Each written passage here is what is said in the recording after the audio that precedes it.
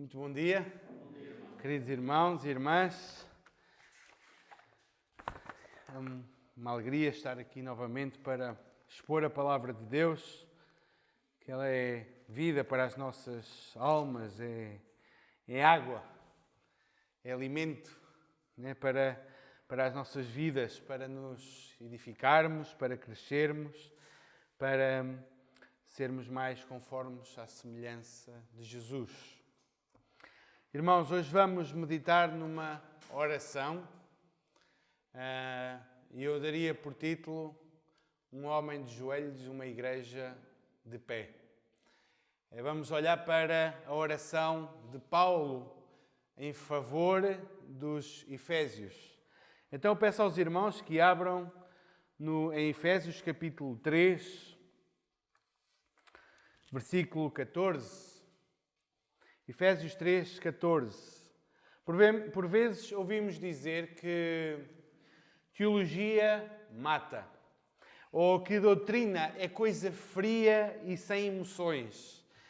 Mas após 3 capítulos que Paulo escreveu de teologia profunda, de doutrina saudável para a igreja, após estes 3 capítulos de profunda teologia, Paulo vai desembocar em oração, em louvor, em adoração a Deus. Percebemos que quando a teologia ela é compreendida, quando os ensinamentos teológicos e doutrinários são bem compreendidos, eles não tornam a pessoa mais fria, eles tornam a pessoa mais adoradora, tornam a pessoa mais humilde diante de Deus. Porque, como Calvino diz logo no início do seu tratado das Institutas, quanto mais o homem conhece a Deus, mais conhece também a sua miséria. E ao conhecer a sua miséria, mais da grandeza de Deus ele conhece e mais o adora. Quanto mais nós conhecemos a Deus, mais o adoramos.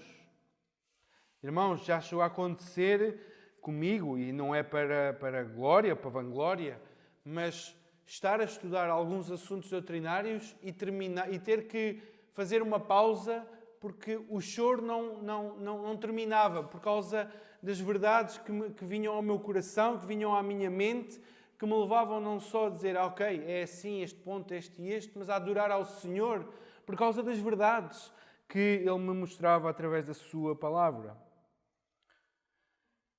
Nesta segunda oração de Paulo, porque já tivemos uma primeira no capítulo 1, enquanto que na primeira oração Paulo enfatizou um esclarecimento sobre a Igreja e sobre a sua posição em Cristo, esta segunda oração enfatiza a capacitação da Igreja mediante a obra do Deus triuno. E esta é algo interessante que nós não podemos deixar de perceber, que nestes 3 primeiros capítulos Paulo associa sempre a nossa salvação ao Deus triuno. Não é só Jesus, não é só o Espírito Santo, não é só o Pai. Toda a obra redentora e salvadora pertence ao Deus trino. Irmãos, e quando nós pensamos em oração, o que nos vem à mente? Um momento onde falamos umas palavras a Deus? Um tempo em que os crentes se reúnem uma vez por semana para nos dirigirmos a Deus? Quando pedimos para orar, como aconteceu ainda agora, parece que há vergonha, parece que há constrangimento de falar com o Senhor. Parece que as pessoas não se sentem bem em se dirigir ao Pai, em louvor. Não é preciso pedir para louvar o seu nome. O que é certo é que nós muitas vezes oramos e oramos para pedir, e não é mal nenhum pedir, devemos pedir, Paulo vai pedir, mas qual é a natureza dos nossos pedidos também? Qual é a natureza dos nossos pedidos? O que nos preocupa a mente e o ocupa o nosso coração a ponto de levarmos os assuntos a Deus? Então vamos olhar para esta passagem e vamos meditar sobre algumas destas perguntas. Então diz assim Efésios 3, 14. Por esta causa me ponho de joelhos diante do Pai, de quem toma o nome toda a família, tanto no céu como sobre a terra, para que, segundo a riqueza da sua glória, vos conceda que sejais fortalecidos com poder mediante o seu Espírito no homem interior, e assim habite Cristo no nosso coração pela fé, estando vós arraigados e alicerçados em amor, a fim de poderdes compreender com todos os santos qual é a largura e o comprimento e a altura e a profundidade, e conhecer o amor de Cristo, que excede todo o entendimento, para que sejais tomados de toda a plenitude de Deus. Ora, aquele que é poderoso para fazer infinitamente mais do que tudo quanto pedimos ou pensamos, conforme o seu poder que opera em nós. A Ele seja a glória, na Igreja e em Cristo Jesus, por todas as gerações, para todo o sempre. Amém. Vamos então olhar para esta oração de Paulo, para este ensino que Paulo nos traz através da sua oração. E ele começa no versículo 14 exatamente por ligar tudo aquilo que tinha dito. Diz, por causa destas verdades que ele já tinha falado, sobre o mistério dos judeus e gentios serem um só povo, desta reconciliação, desta paz que houve em Cristo Jesus entre os homens e Deus, por causa de todas estas verdades maravilhosas do Evangelho, por esta causa, ele coloca-se numa postura humilde, de submissão. Eu me coloco de joelhos. Irmãos, não estou aqui a dizer, nem se está aqui a defender, que a posição de joelhos é a única posição legítima para orar. Não é isso que está a ser dito. A Bíblia apresenta-nos pessoas a orar de pé, deitadas, de joelhos, sentadas. Não há uma posição física que seja a norma. Nem o fechar os olhos é norma. Nós fechamos os olhos, mas a Bíblia nunca diz isso, não é? Nem que temos que nos levantar e fechar os olhos e curvar a nossa cabeça para orar. Não temos uma posição na Bíblia para orar. Mas temos uma posição de coração, que esta que sim é importante. É a posição de reverência, de submissão. E muitas vezes a nossa atitude corporal vai nos ajudar nesta atitude espiritual. Uma atitude de reverência. Eu já me coloquei muitas vezes de joelhos em casa para orar. Porquê? Porque a dor era intensa, porque as coisas estavam a preocupar e de joelhos e deitado no chão muitas vezes. Mas não é a postura em si, mas é tudo aquilo que vai cá dentro que nos coloca naquela posição diante de Deus. E Paulo coloca-se de joelhos numa atitude de submissão. Porquê? Porque dobrar o joelho diante de alguém é exatamente dizer que se serve, que se está submisso àquela pessoa ou àquela entidade. Por exemplo, em Romanos 1, não precisam de abrir, Romanos 11:4 diz, Paulo está a citar o Antigo Testamento e diz: reservei para mim 7.000 homens que não dobraram os seus joelhos a Baal ou diante de Baal. Então, não dobraram, não se submeteram a Baal. E também, esta é uma parte negativa, uma parte positiva. Filipenses 2:10 diz, para que ao nome de Jesus se dobre todo o joelho. Ou seja, é uma atitude de submissão diante de Cristo Jesus. Então, não é a posição em si, mas a posição mostra uma atitude de coração. Mostra uma atitude de submissão a Deus, de reverência a Deus. E Paulo ora de joelhos diante de quem? Diante do Pai. Graças à obra realizada por Jesus na cruz, agora o crente, não só Paulo, mas todo o crente, pode elevar a sua voz ao trono do Senhor Todo-Poderoso e chamá-lo de Pai. Que grande bênção! Não pedimos a uma divindade distante, não pedimos a alguma entidade misteriosa que nós nem sabemos se nos ouve ou não. Nós pedimos ao Senhor, Criador dos céus e da terra, que agora, mediante Jesus Cristo, é o nosso Pai. E este Pai, como Paulo continua, eu me coloco de joelhos diante do Pai, de quem toma o nome toda a família, tanto no céu como na terra. O versículo não está a ensinar a paternalidade universal. Deus é Pai de todos. Não é isto que o versículo está a ensinar.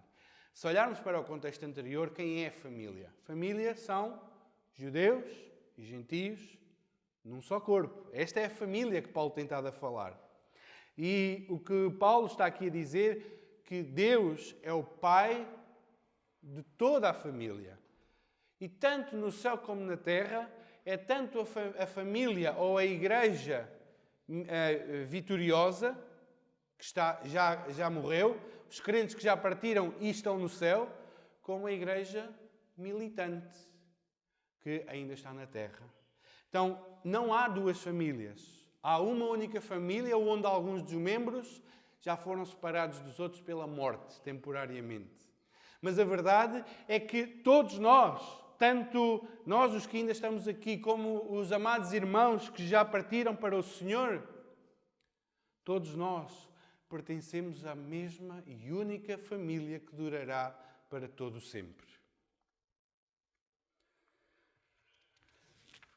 Então Paulo, ele ora não só ao Senhor, mas ao Pai do céu, Pai de todos os crentes, daqueles que ainda estão vivos, daqueles que já partiram, desta única família. E agora vamos olhar para o conteúdo da oração no verso 16 ao 19. E, irmãos, deixem-me dizer, o crente mais pequeno de joelhos é maior e mais poderoso do que o maior gigante e a mente mais prodigiosa nesta terra. Não há nada mais poderoso, não há nenhum homem que seja mais poderoso do que o homem que está de joelhos diante de Deus. Por vezes queremos ser conhecidos pelos grandes feitos, é verdade, mas esquecemos que o maior feito que um homem pode ter é na sua intimidade, dobrar o seu joelho diante do Pai e estar em comunhão com o Pai. Entramos agora no conteúdo propriamente dito desta oração e percebemos quais são os interesses e as preocupações que vão no coração do Paulo e vão no coração de cada crente. Nós percebemos o que é que ocupa o nosso coração e o coração dos irmãos quando ouvimos as suas orações. Porque nós não oramos sobre coisas terciárias. Nós não oramos sobre a marca de pasta de dentes que vamos comprar. Não oramos se vamos comprar pão da avó ou pão de centeio. Não oramos sobre essas banalidades da vida. Oramos sobre as coisas que nos preocupam, que nós temos como mais importantes para nós. E quando nós ouvimos as orações dos irmãos e a nossa, nós percebemos então, se é este assunto que nós estamos a levar a Deus, é este assunto que nós consideramos mais importante. E é interessante como nós caímos no erro de... Eu peço só para fecharem. Muito obrigado. É interessante perceber como nós caímos no erro de fazer da oração uma lista de pedidos para este mundo. Uma lista de pedidos para as coisas daqui da terra. E atenção, todos os assuntos devem ser levados ao Senhor. Queremos comprar um carro? Oramos ao Senhor. Queremos mudar de emprego ou aceitar um trabalho ou não? Oramos ao Senhor, buscamos ao Senhor a sua vontade. Buscamos ao Senhor para todas as coisas desta vida. Mas mal está, irmãos, quando todos os nossos pedidos, quando toda a nossa súplica se resume às coisas desta vida. Não oramos por mais santidade. Não oramos por sermos mais semelhantes a Cristo. Não oramos por mais plenitude do Espírito Santo. Não oramos por mais submissão e mais obediência. Não oramos para que Deus nos use mais e limpe os pecados que ainda há em nós. Nós oramos sobre o que achamos ser importante para a nossa vida. Por isso, examinemos os nossos corações, as nossas orações e sondemos quais são as coisas que são realmente importantes para nós. Percebemos qual é a intimidade que um homem tem com Deus, não pelo que ele faz, mas pela maneira como ele ora. não pelo que ele faz, mas pela maneira como ele ora. Pela maneira como ele se relaciona com Deus em oração. E é muito triste nós ouvirmos, irmãos, que nós já sabemos que são mais rezas do que oração. É triste e dói no coração perceber que há irmãos que não oram. E quando oram, oram sempre as mesmas coisas. Porque aquela é a oração do culto da reunião de oração. E pronto, final parágrafo. Eles não têm outros assuntos. Porque eles nunca falam com Deus durante a semana. Porque eles não têm intimidade com o Senhor. Então, aquilo que eles fazem não é orar, é rezar. É repetir a lenga-lenga. Repetir aquele mantra. Vez após vez. Porque não há intimidade com o Senhor. Mal de mim, a minha esposa cortava-me o pescoço. Se eu cada vez que falasse para ela, falasse sempre a mesma coisa. Sempre a mesma coisa. Sempre igual. Sempre no mesmo tom. Sempre com os mesmos pedidos. Sempre com as mesmas palavras. Tornava-se entediante a nossa relação. Irmãos, é igual com Deus. Ou pior ainda. Ou pior ainda. Também percebemos nesta oração que Paulo não era somente um mestre, um teólogo, um ensinador da palavra, mas era um homem de oração. E infelizmente também vemos muitos homens que sobem a escadaria do conhecimento teológico, mas ficam no primeiro degrau na intimidade com Deus. Concordo com o reverendo Hernández Dias Lopes quando ele disse: um homem tem que ter luz na mente, conhecimento e fogo no coração. Só luz na mente não chega. Só conhecimento não chega. É preciso ter fogo no coração. É preciso ter oração, vidas de oração, vida de intimidade com o Senhor. E era isto que Paulo tinha. E agora eu quero olhar para os pedidos, então. Diz então no verso 16: para que, segundo a riqueza da sua glória... Reparem que o pedido é de acordo com a glória do Senhor. E o que é que isso significa? A glória não é um atributo de Deus. A glória é a soma de todas as perfeições de Deus que fazem Deus glorioso, majestoso. É a soma de todos os atributos perfeitos, completos, infinitos, que fazem Deus ser glorioso. E Paulo pede que Deus haja de acordo com a riqueza da sua glória, com a riqueza de todos os seus atributos. William MacDonald, ele faz uma distinção importante. Reparem, Paulo não pede que Deus dê da sua riqueza. Reparem, pensem num multimilionário. Um multimilionário pode dar da sua riqueza ao dar 10 euros. Mas ele dá de acordo com a sua riqueza se der 10 milhões de euros. Percebem a diferença? Paulo não pede que Deus dê da sua riqueza, um bocadinho, mas dê de acordo com a sua riqueza. Quando um amigo pediu a Napoleão um grande favor, Napoleão atendeu imediatamente esse pedido. E Napoleão explicou porquê. Porque ele honrou-me com a magnitude do seu pedido. Um grande pedido revela que sabemos quanto poder essa pessoa tem. É como John Newton disse: estáis-vos aproximando do Rei. Convosco grandes petições trazei, pois sua graça e poder são tais que ninguém poderá pedir demais. É diante deste Senhor que nós pedimos. É diante deste Deus que nós nos colocamos de joelhos e pedimos, não da sua riqueza, mas de acordo com a sua riqueza. Paulo é ousado e pede que Deus conceda, segundo, conforme, em conformidade com a sua grandiosidade, infinitude e majestade do seu ser. E o primeiro pedido é por fortalecimento espiritual. Reparem, para que segundo a sua riqueza vos conceda que sejais fortalecidos com poder mediante o seu espírito no homem interior e assim habite Cristo no vosso coração pela fé. Estas duas palavras, ou estas duas frases, pelo seu espírito no homem interior ou habite Cristo no coração, elas são iguais. Elas querem dizer exatamente a mesma coisa. Calvino esclarece ao dizer: equivocam-se aqueles que esperam poder receber o Espírito sem primeiro receber a Cristo. E é igualmente insensato e ridículo quem imagina que Cristo pode ser recebido sem o Espírito. É indispensável que se creia em ambos. Somos participantes do Espírito à medida que participamos de Cristo. Não podemos ter Cristo sem ter o Espírito. E não temos o Espírito sem ter Cristo. As duas frases são intercambiáveis.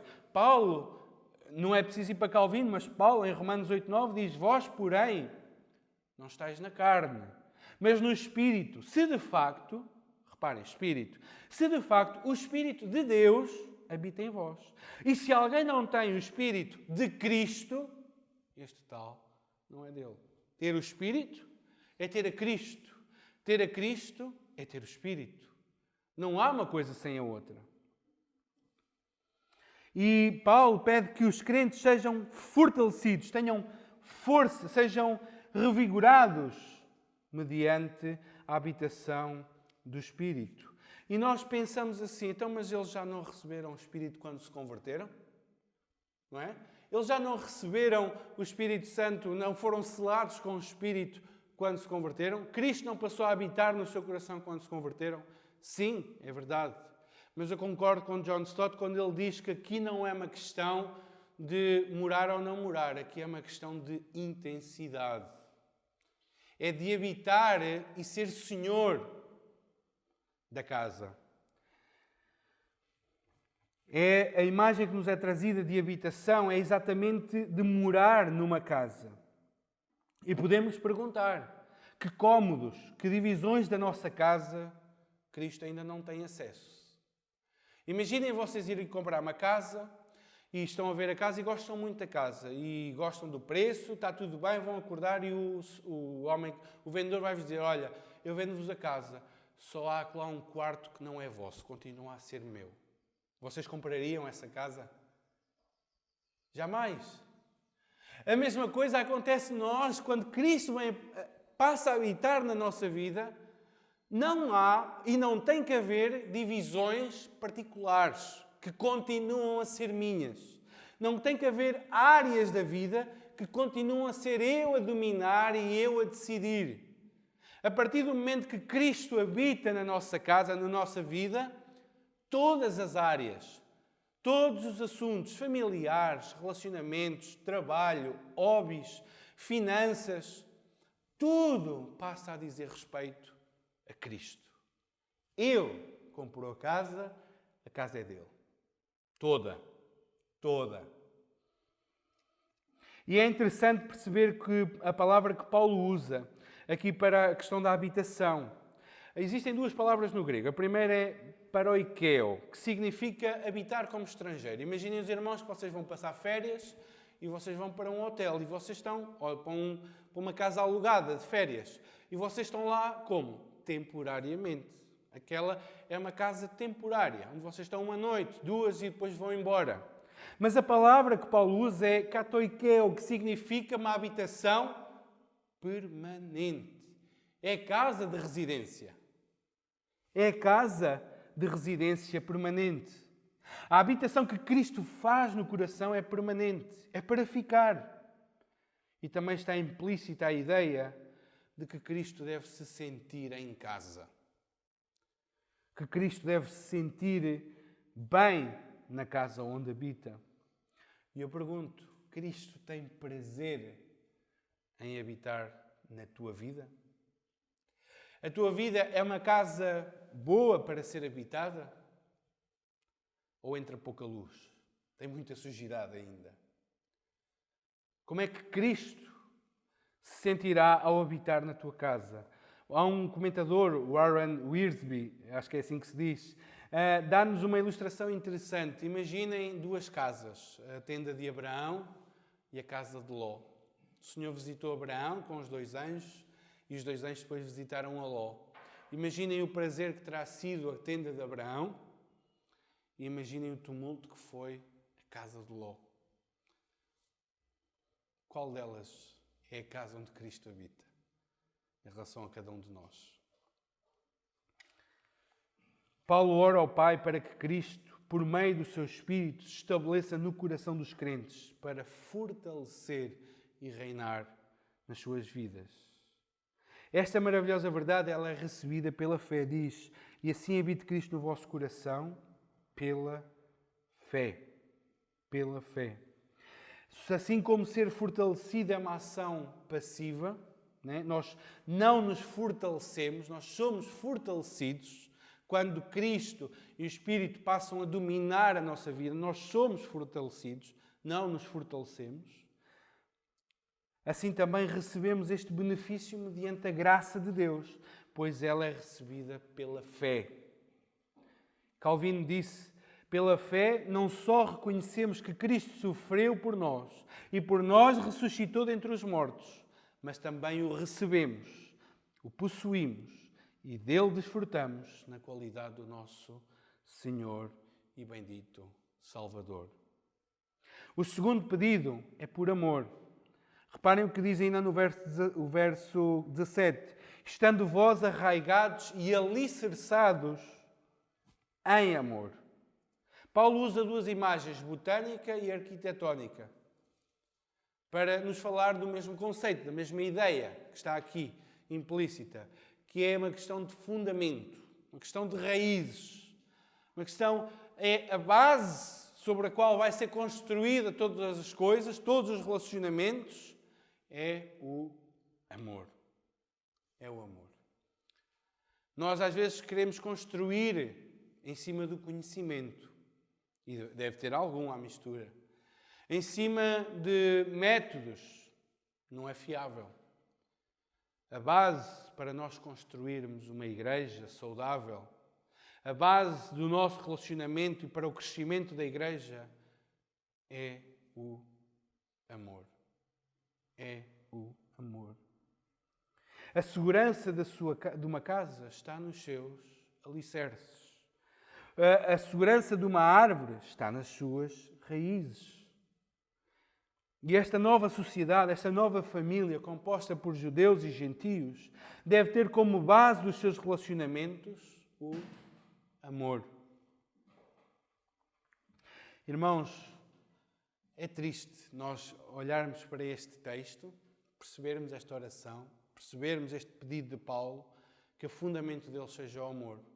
E chegamos a Apocalipse 2 e vemos que o conhecimento teológico foi mantido. A pureza doutrinária foi mantida. A apologética, a defesa da fé foi mantida. A disposição por morrer pelas verdades bíblicas foi mantida. Mas perderam o primeiro amor. E porque tinham perdido o primeiro amor, estavam na iminência de desaparecer, de fechar aquela igreja local. Então, que estejam arraigados e alicerçados em amor. O que é que vai estabelecer esta igreja? O que é que vai fazer esta igreja crescer? Em primeiro lugar, é o amor que temos e nutrimos uns pelos outros. Em terceiro pedido, é por compreensão, muito ligado ao anterior. Estejam arraigados e alicerçados em amor, a fim, ou seja, com o propósito de poderes compreender com todos os santos qual é a largura, o comprimento, a altura e a profundidade. O que é que Paulo está aqui a dizer? A palavra compreender tem mais o sentido de apropriação. Ou seja, os Efésios, juntamente com todos os santos, neste relacionamento consolidado e baseado no amor, leva a que juntos possam experimentar, apreciar, apropriar-se mais e mais do amor de Cristo. E Paulo fala destas 4 dimensões: largura, comprimento, altura e profundidade. E o que ele quer dizer com isso? Eu não sou muito defensor de dar significados, 4 aspectos do amor de Cristo. Pode ser, pode não ser.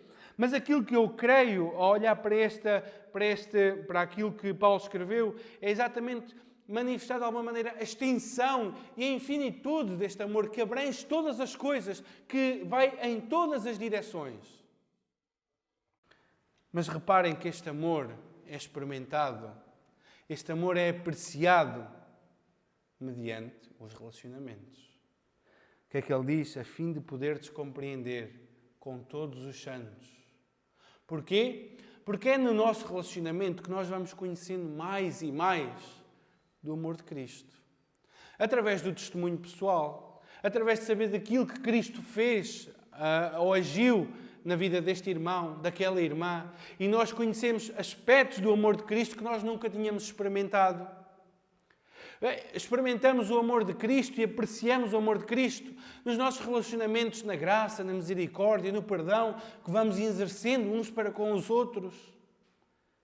E vamos conhecendo mais e mais do amor de Cristo. Stott diz: precisamos da totalidade do povo de Deus para entender a totalidade do seu amor. Precisamos estar todos juntos para melhor compreender o amor de Cristo. Este amor que excede todo o entendimento. E por mais que nós compreendamos, por mais que nós nos apropriemos, nunca, mas nunca, irmãos, por toda a eternidade, nunca vamos chegar ao total e pleno conhecimento de um amor que é infinito.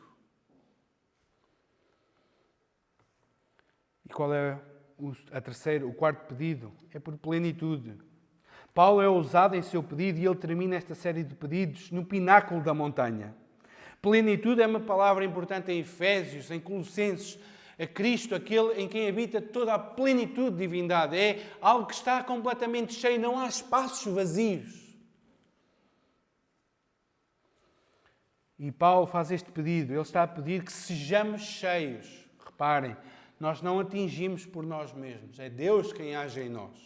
É Deus que faz este trabalho em nós, de nos encher, de nos tornar plenos, para que sejais tomados de toda a plenitude de Deus. E o que é ser tomado de toda a plenitude? Não é ser como Deus. Nunca vamos chegar a ser como Deus. Nunca vamos chegar a ser pequenos deuses. Esta plenitude refere-se, em parte, ao nosso estado eterno. Né? Quando estivermos livres do pecado por completo e pudermos ser uma representação clara do nosso Senhor Jesus Cristo, sem a mancha do pecado em nós, sem os defeitos que o pecado nos traz. E somos aquilo que Deus é em relação aos seus atributos. Somos cheios das perfeições de Deus, sem nunca conseguirmos abarcar toda a perfeição.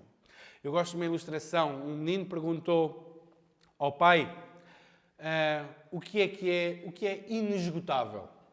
O que é inesgotável? E o pai estava na praia com o filho e pegou num recipientezinho pequenino e disse: olha, faz aqui um buraco e tira a água do mar com este vasinho.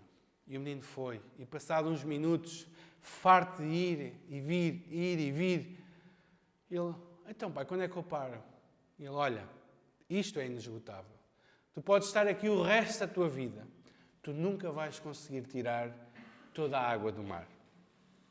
E a mesma coisa se passa com Deus encher-nos com as suas perfeições. Por muito cheios que nós sejamos, nós somos um pequeno dedal cheio da água do mar. Estamos cheios, mas há muito para além daquilo que nós já temos.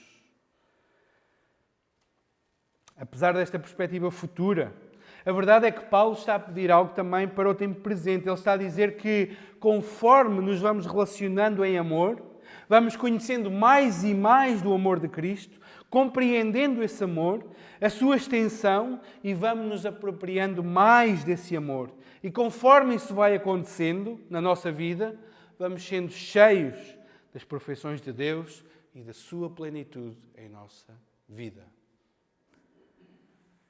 Irmãos, e Paulo termina aqui o seu pedido. E agora vemos no versículo 20 e 21 um louvor e adoração ao nosso Deus. Ele diz: ora, àquele que é poderoso. A oração e os pedidos de Paulo deixam-nos boquiabertos, sem fogo. Ele faz pedidos ousados, pedidos provavelmente que alguns de nós nunca tivemos ousadia de os fazer. E após subir esta escadaria da espiritualidade, pensamos que não há mais nenhum degrau para cima. Paulo foi aos pináculos. Porém, o que vemos é que Paulo estava a arranhar a superfície. Paulo estava no primeiro ou no segundo degrau desta escadaria. Reparem o que é que ele diz. Ora, aquele que é poderoso para fazer o quê? Infinitamente mais. Acham que eu pedi muito? Acham que eu fui ousado naquilo que pedi? Então nós estamos-nos a dirigir ao Pai que é poderoso para fazer. E sabe o que é infinitamente mais? Não é muito mais. É infinitamente mais do que tudo quanto pedimos ou pensamos. O Pai é aquele que pode fazer infinitamente mais. Se Paulo pediu coisas elevadas, ele agora reconhece que estes pedidos são coisas rasas, comparadas com aquelas que Deus pode fazer. Deus é poderoso para fazer infinitamente mais do que pedimos ou pensamos. Ou seja, nós já sabemos que muitas vezes não pedimos como convém. Não sabemos pedir. Outras vezes vêm coisas à nossa mente que nós achamos que era bom pedir aquilo, mas acanhamo-nos. É demais, pensamos nós. É demais isto. Pedir isto é demais. E o que é que Paulo está a dizer? Olha, Deus é poderoso para fazer mais, infinitamente mais, de tudo aquilo que tu pedes e tudo aquilo que tu pensas e nem coragem tens para o dizer por palavras. Esse é o poder de Deus.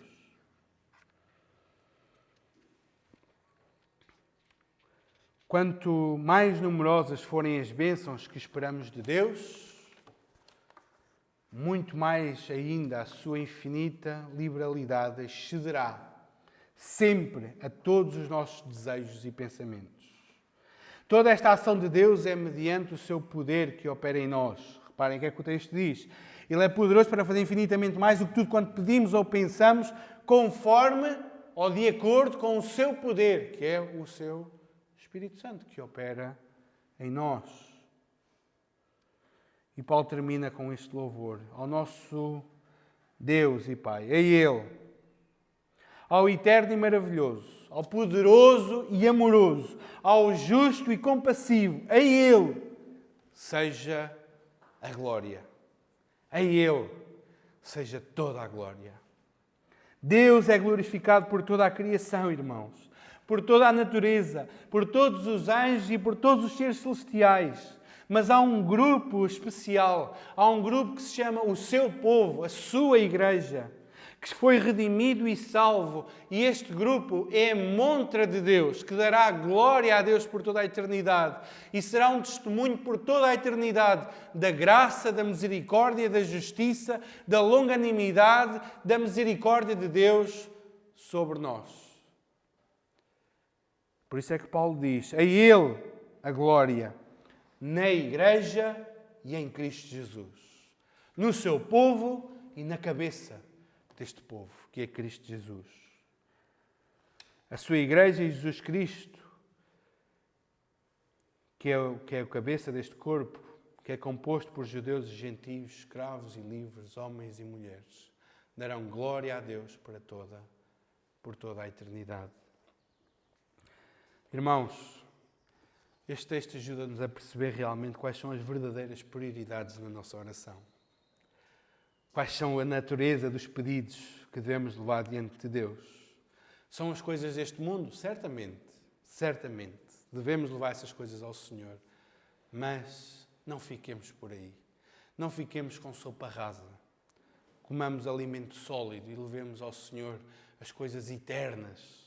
Pedidos eternos. Que vão ter efeitos eternos nas nossas vidas.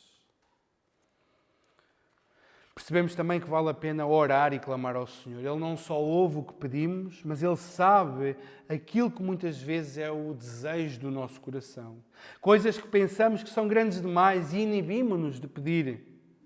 E quando estes pensamentos vierem à nossa mente, lembremos-nos que Deus é infinitamente poderoso para fazer muito mais do que pedimos ou pensamos.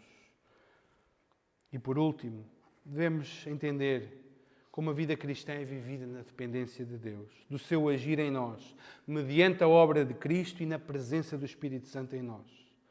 Quando falamos da ação de Deus, irmãos, falamos da obra da Trindade em nós. Não estamos a falar de uma das pessoas, estamos a falar do Deus Trino que age em nós e por nós. Demos glória ao Deus Trino, que veio em nosso favor, que habita em nós, que nos santifica, nos adota e nos recebe na sua família. Por tudo isso e muito mais, que a Igreja de Jesus Cristo, o corpo de Cristo, os remidos, os salvos, a família de Deus, possa dizer a uma só voz: Soli Deo Glória. Somente glória a Deus. Que o Senhor nos abençoe.